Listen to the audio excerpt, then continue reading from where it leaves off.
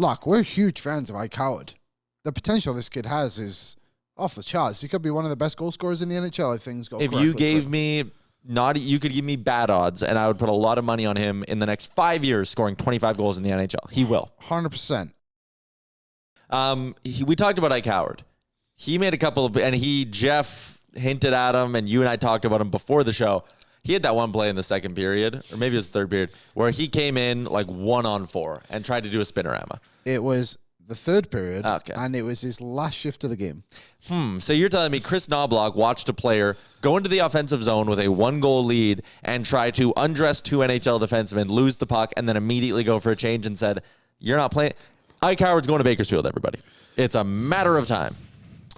Yeah, and I think Jeff is right too when he mentioned he's like, look at the players they have coming back. Like, if those guys were healthy, would he have made the team? Like, he had a good preseason, don't get me wrong, but Quinn Hudson had a good preseason too, and I think he deserves some time in the American League as well. So, look, we're huge fans of Ike Howard.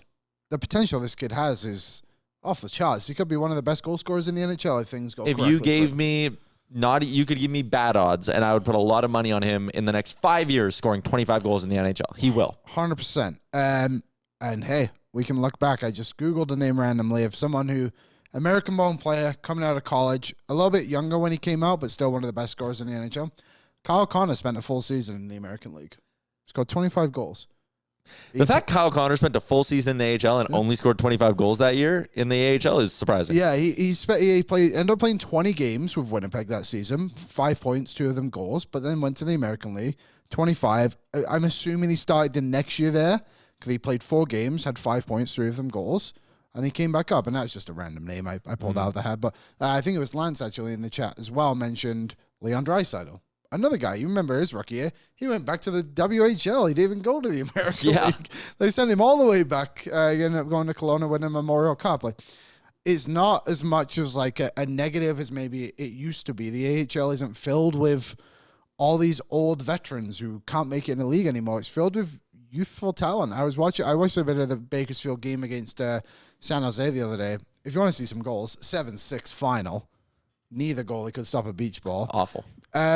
Szymanski and Marshall looked great. 2 like good offensive centermen who will play with Ike Howard, and that's what he needs. And he deserves to play more based off his skill set, but he hasn't earned that opportunity yet in the NHL.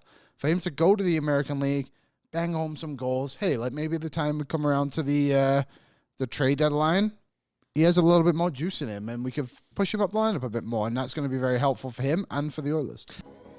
What's up, Nation citizens? If you enjoyed today's episode of Oilers Nation Every Day, make sure you hit the subscribe button here on our YouTube to not miss any of our content. We got you covered from interviews, insight, analysis, everything you need to stay up to date on everything around the team. Hit that subscribe button so you don't miss a video.